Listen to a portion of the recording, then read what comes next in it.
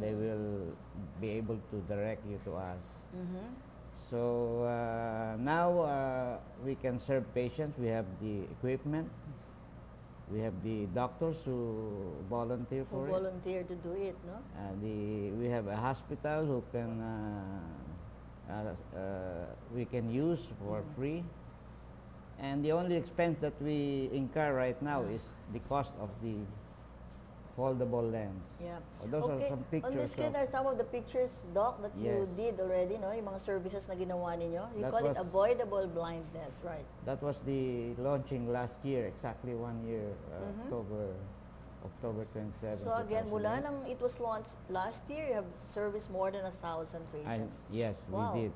Ang sarap with Rotary, no? So sometimes, you know, when I was not yet with Rotary, I didn't know, akala natin Rotary is purely socialan lang. When actually, here you are. I mean, 1,000 patients giving a free treatment.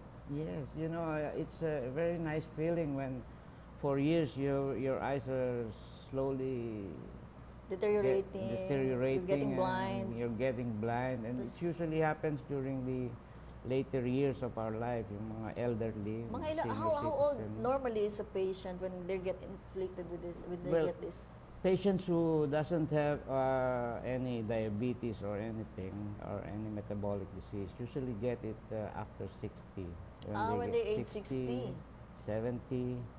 Ano yung simptomas na magkakaroon sila ng katarata when Paputi they're ng younger? paputi eh. Paputi ng paputi dun sa... Puti lang eh, because the lens becomes opaque.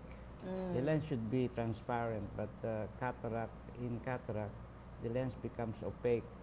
Namumuti siya. You can actually see the lens getting very white and opaque. So anong effect pag hindi ba nila kasi ang iba natatakot because they might think that the operation is really kind of scary, no? So actually the operation is simple. It's done on an outpatient basis. After the effects of anesthetic scan, then they can go home. We do patients even 90 years and above, and they can withstand the operation, no problem. And they will be able to see in about 2 or 3 days. Okay. And if the lens is of the correct size, then they don't even have to use glasses to read anymore. So Doc, once a patient got this whitey thing on their black retina, no? Once they saw that there's something white there, kailangan ba they should start working on the operation na, or that could still be removed out by taking some medicines? No, once the process starts, it becomes progressively worse. So, paputi ng paputi until wala na sila talaga makita. Puti na talaga. And, you know, after you have operated on them, the results are dramatic. Biglang nakakakita ulit sila. Nakakakita na sila. So, in other words, once they see that there's something whitey in their black retina, pwede nang pa-opera? Pwede na. Okay. Then the smaller it is, the better? Ganun ba yun? Well, pare-pareho lang. For the active, yung mga active pa, yung nagtatrabaho pa, and pagka lumalabo ang mata, syempre, they get fired out. Marami kaming patients, drivers, you know, after the operation, they're able to drive again. Yung mga karpintero, mga ganyan, yung mga katulong. Yung iba, kung kala nila hindi na mareremedyohan, nagtsatsaga na lang na wala silang nakikita.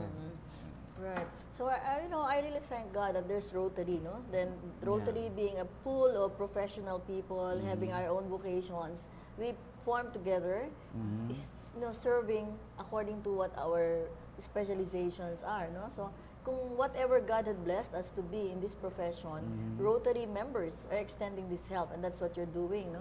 In the same way that I am as a realtor is doing my kind of service also in training people to become professional realtors also. So, ang nakakatuwa with Rotary is that being connected, sabi nga, if I am just by myself, how would I know that I can help people? Right. Yeah. But because now I know you, I can connect potential you know, patients in my community, get referred to you, and then they could be treated, di ba?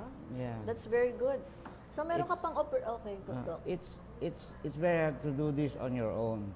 And with Rotary, I never thought that we can make big projects like this and reach out to more people. So there's the matching grants that we get from Right. Rotary International. Rotary Club of Paranaque got a 3H grant. That's Yes, Rotary Club Paranaque, Andres Yeah. Hydrocephalus. And then you also have this Operation Smiles, Doc. Yes, Can you tell us about it? we're going to celebrate our 30th charter anniversary next year. Congratulations That's to RC on Rizal, March West 30th year. 30th year. Anniversary on And March 8th. we were able to convince several cosmetic surgeons, including my daughter, who's a cosmetic surgeon. So your daughter is cosmetic a reconstructive surgeon. reconstructive surgeon. We used to do Operation Smiles in other places like Isabela and in Marbel, Marbel in Mindanao. Now, this year we're going to devote the Operation Smile projects here in Taguig. Wow. So we're trying to pool patients. Maybe we can operate 50 patients with cleft lip and cleft palate. So And, maraming bata, for so long until they gets old, yung kanilang mga cleft lip, hindi man lang nabigyan ng attention. So this Yeah. time, that's a project again That's of your that's club. a project that we'll do on our charter anniversary on March next year, March 8th.